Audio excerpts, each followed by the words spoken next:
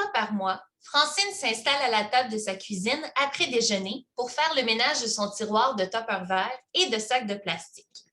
Quand elle a fait rénover la cuisine il y a 10 ans, elle a insisté pour intégrer au design un tiroir surdimensionné à droite du lave-vaisselle à portée de la main pour accommoder tous ses contenants alimentaires et leurs couvercles. Elle a aussi eu la brillante idée d'insérer à l'intérieur du grand tiroir un tiroir moins profond, un English, comme disent les décorateurs branchés, dans lequel elle range les rouleaux de papier ciré, papier parchemin, papier aluminium et pellicule moulante, et tous les sacs de plastique, ceux qu'elle prend à l'épicerie, ceux pour la poubelle et les époques à fermeture éclair pour le congélateur. Tous ces outils de travail sont rangés dans des secteurs séparés en fonction de leur taille. L'achat de certains contenants remonte à l'époque où les enfants étaient jeunes. D'autres sont des coups de cœur qu'elle a eus récemment et qui ne font qu'ajouter couleur et diversité à sa merveilleuse collection. En principe, aucun contenant de marque Tupperware ne doit quitter la maison, même pour accommoder des membres de la famille. Elle a déjà cédé à la tentation et l'a regretté amèrement. Pour elle, on ne laisse personne partir avec un Tupperware, point à la ligne. De près comme de loin, c'est un réel plaisir pour Francine de voir cette panoplie de plats de toutes sortes, bien rangés et prêts à recevoir les aliments qu'elle cuisine pour les siens. Elle se sent fière, riche et comblée de tant de possessions. Ça me fait 6 grands Tupperware carrés, 4 rectangulaires moyens, puis 8 carrés moyens. Ça, c'est juste assez grand pour un bol de soupe pour une personne. Ils s'empilent les uns sur les autres et c'est bien pratique. Tupperware, là, c'est des vrais pros. Ils coûtent plus cher que les autres, mais ils durent pendant des années. Même que tu finis par te tanner. J'ai acheté des Rubbermaid il y a quelques années, mais je les aime moins. Ils sont comme durs à fermer puis à ouvrir. Il faut quasiment que tu te battes avec. En tout cas, je les garde quand même, on ne sait jamais.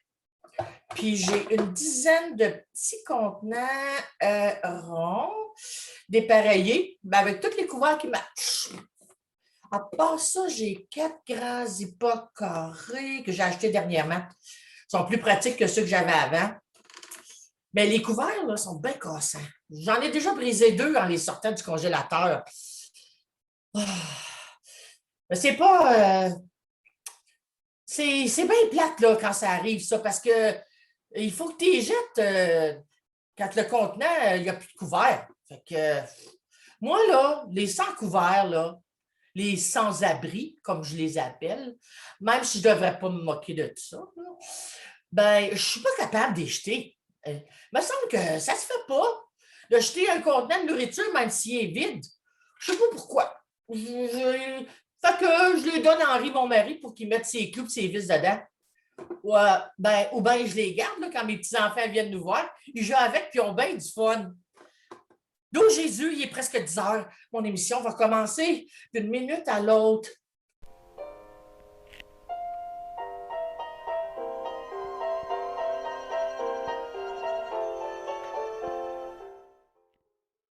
Bonjour, chères auditrices et chers auditeurs, et bienvenue à l'émission Féminin Pluriel. Mon nom est Simone Desgranges et j'ai le plaisir d'animer cette émission à micro ouvert, diffusée du lundi au vendredi sur les ondes de C'est ca, c'est ça. Nous vous donnons ainsi l'occasion d'exprimer votre point de vue, de nous parler de votre vécu et de le partager avec d'autres auditeurs et auditrices. Aujourd'hui, nous parlerons de domination masculine avec Madame Catherine Fortier, anthropologue reconnue qui a voyagé de par le monde pour étudier les comportements humains en lien avec la domination masculine.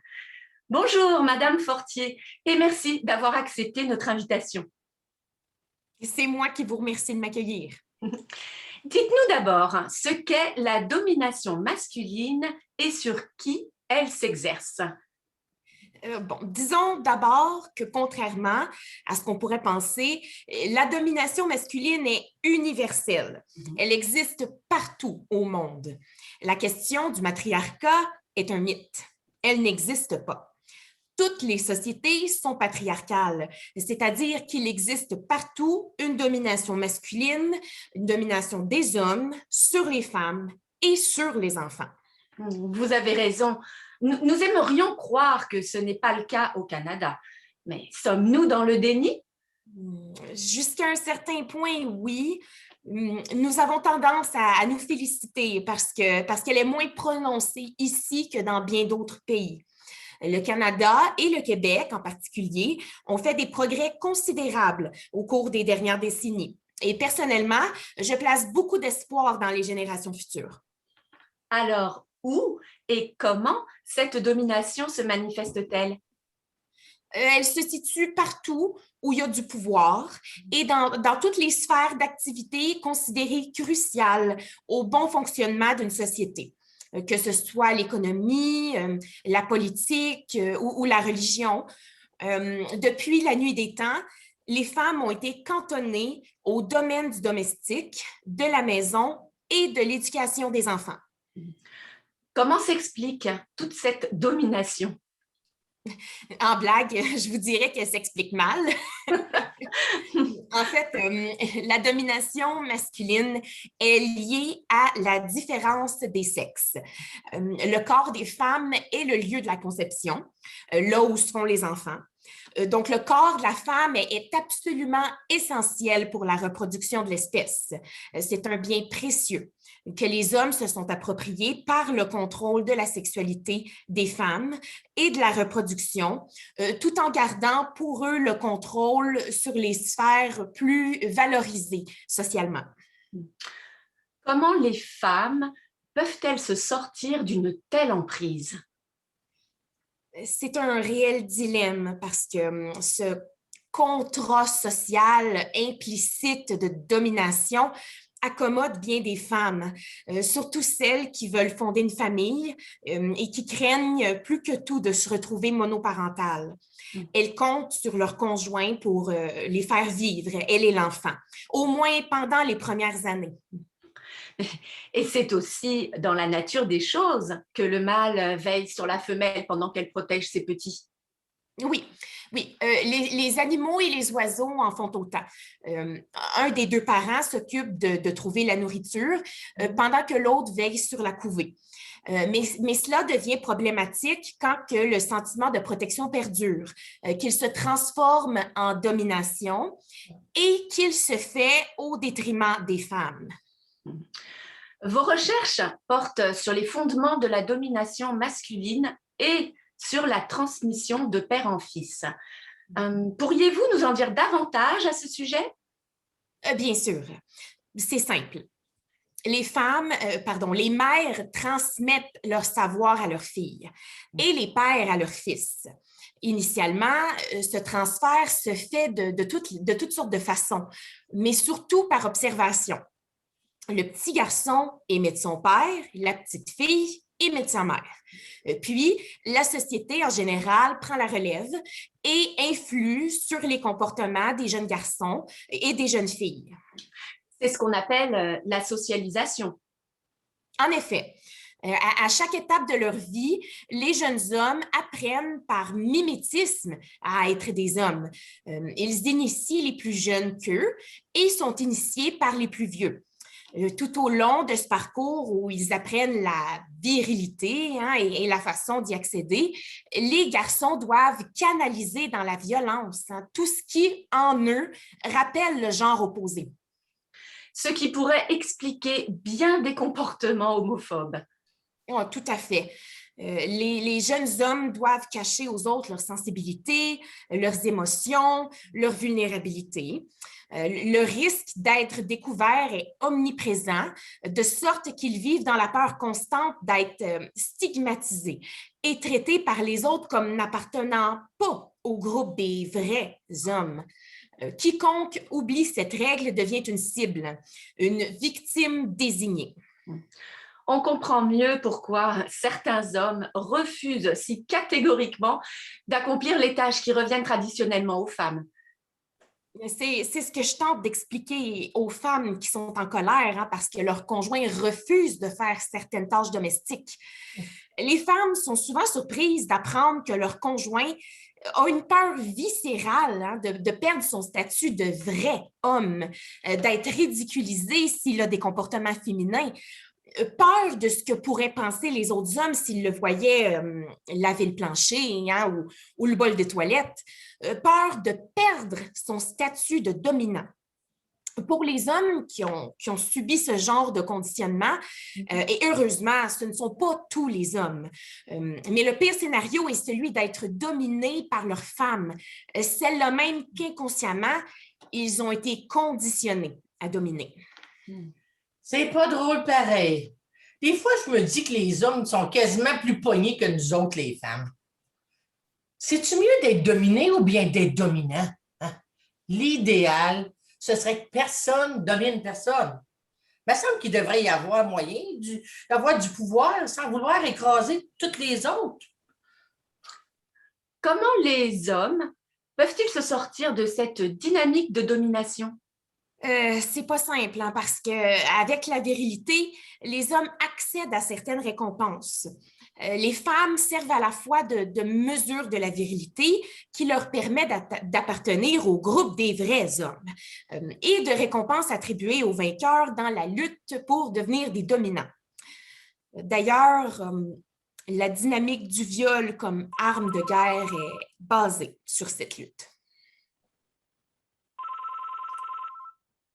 Oui, allô? Denise, comment ça va? T'as bien une drôle de voix. T'es pas malade au moins?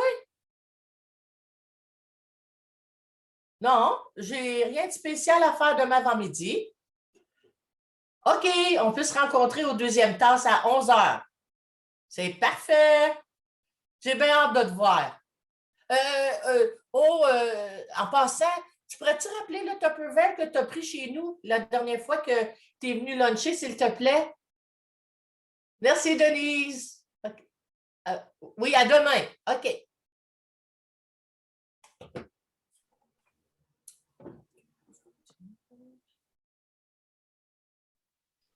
Il est 11 heures. Francine et Denise viennent d'arriver aux deuxièmes tasses. Elles sont assises face à face à une table, près de la fenêtre, chacune avec son latte. Tu avais tellement de drôle de voix au téléphone hier. T'es pas malade, j'espère? Non, non. Non, je ne suis pas malade. Enfin, pas physiquement.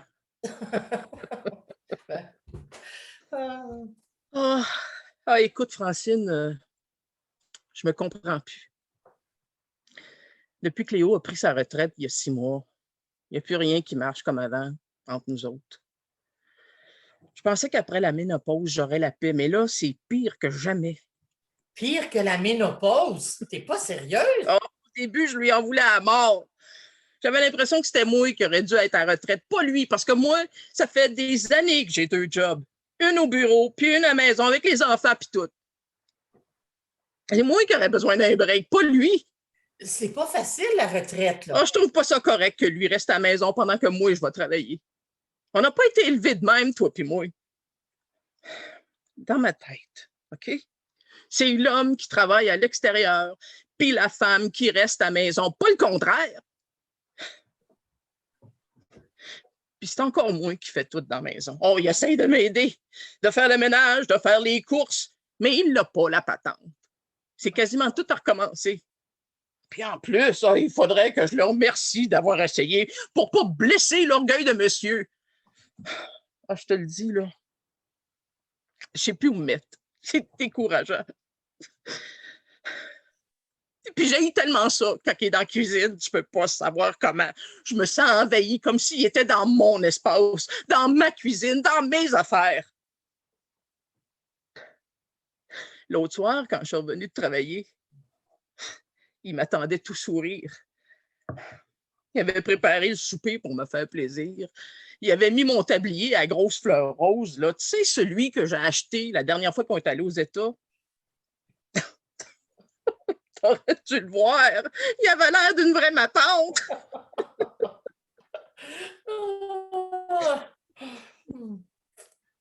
me suis demandé, c'est-il l'homme que j'ai marié, ça? Ça sentait le bœuf braisé puis les petites patates jaunes, mais j'ai comme eu la nausée. Pourtant, j'avais faim. Ah ben, il faut dire que je suis fatiguée, brûlée ces temps-ci, là. Je lui ai dit qu'il fallait que j'aille prendre une marche avant le souper, c'est ça. J'avais de la misère à respirer. Tu sais qu'il y a bien des femmes qui seraient super contentes d'avoir un mari comme Léo.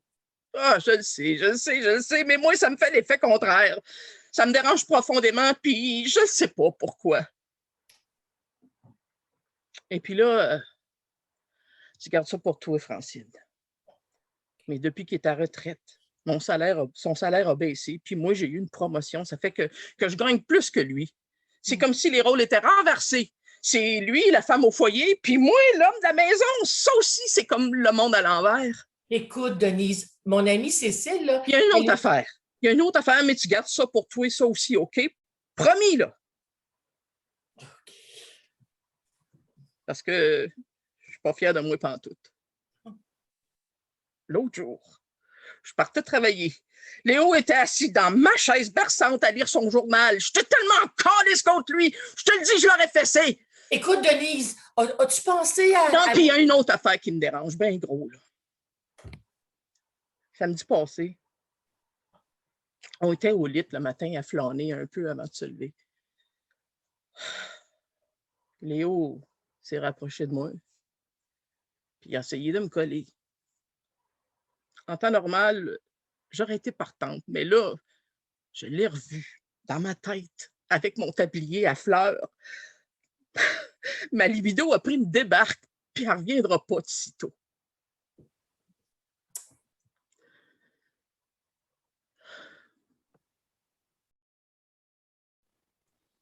Monique est fatiguée. Elle s'allonge pour faire une sieste et s'endort. Elle revoit en rêve certains moments marquants des 20 dernières années. Son mariage, la naissance des enfants, les bons et les moins bons moments. Pour le meilleur et pour le pire. Oui, je le veux. Madame, c'est un garçon.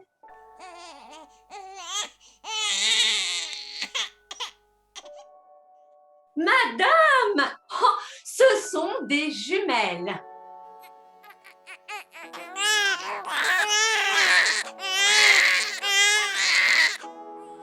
Madame, oh, c'est un garçon.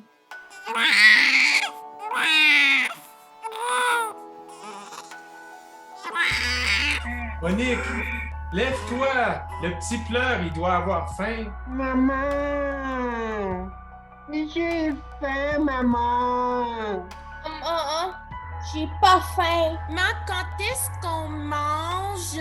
J'ai mal au cœur, mais je pense que je vais renvoyer. Monique, viens-tu te coucher ou bien quoi?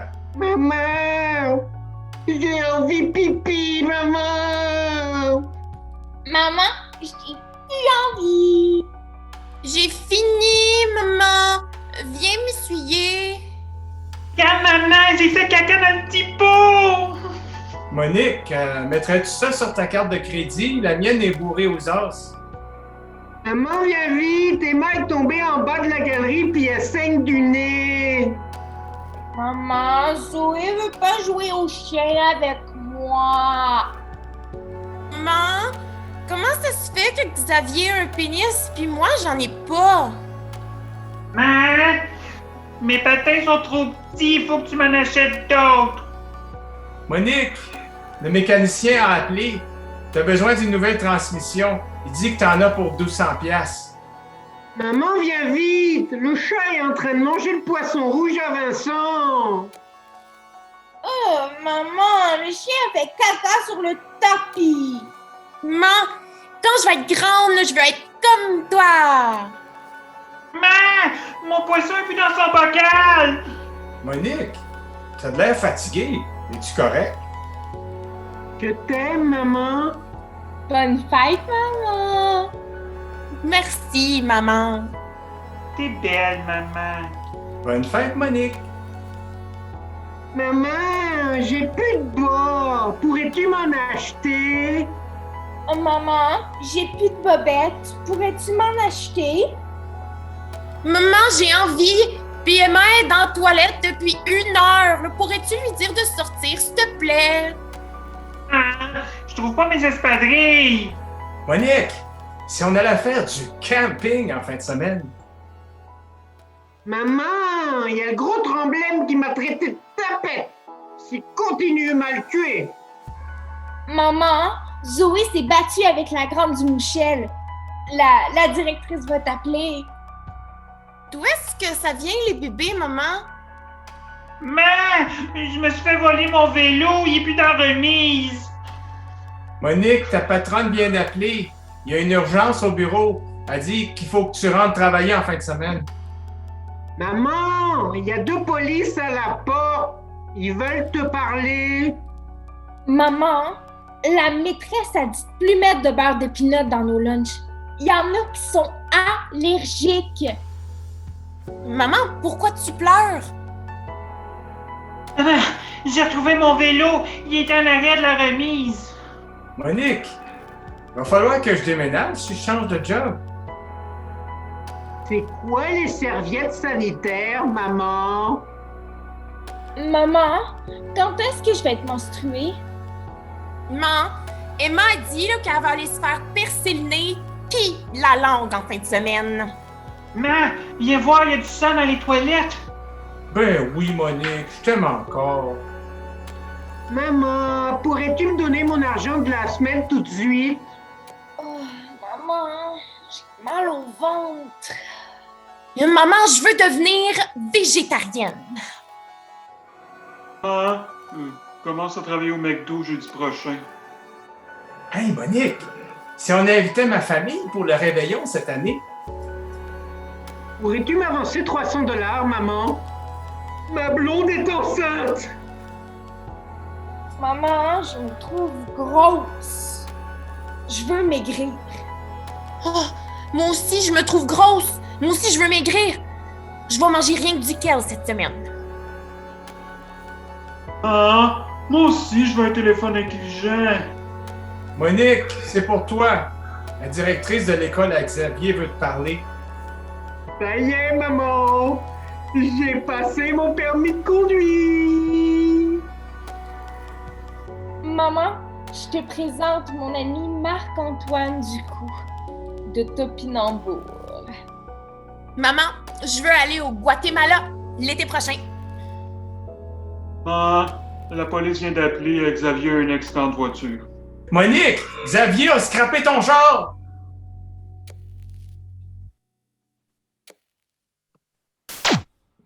Bonsoir, mesdames et messieurs, et merci de votre écoute. Mon nom est Josette Noreau et je suis l'autrice et la metteur en scène des scènes de ménage. J'espère que cette 3e capsule vous a plu. Je vous donne rendez-vous jeudi prochain, le 13 mai, à 19h, pour une autre scène de ménage. Cette fois, nous verrons Francine en larmes préparer une sauce à spaghetti pour ses voisins nouvellement endeuillés. Simone Desgranges et son invité nous parleront du travail invisible et sous-payé des femmes qui s'occupent des personnes les plus vulnérables de la société. Puis, nous entrerons dans la chambre à coucher d'Isabelle, la 2e fille de Francine et de son conjoint Stéphane. Il est 6h du matin, la petite est malade. Selon vous, qui des 2 conjoints ira l'amener à l'urgence? À jeudi prochain pour la suite.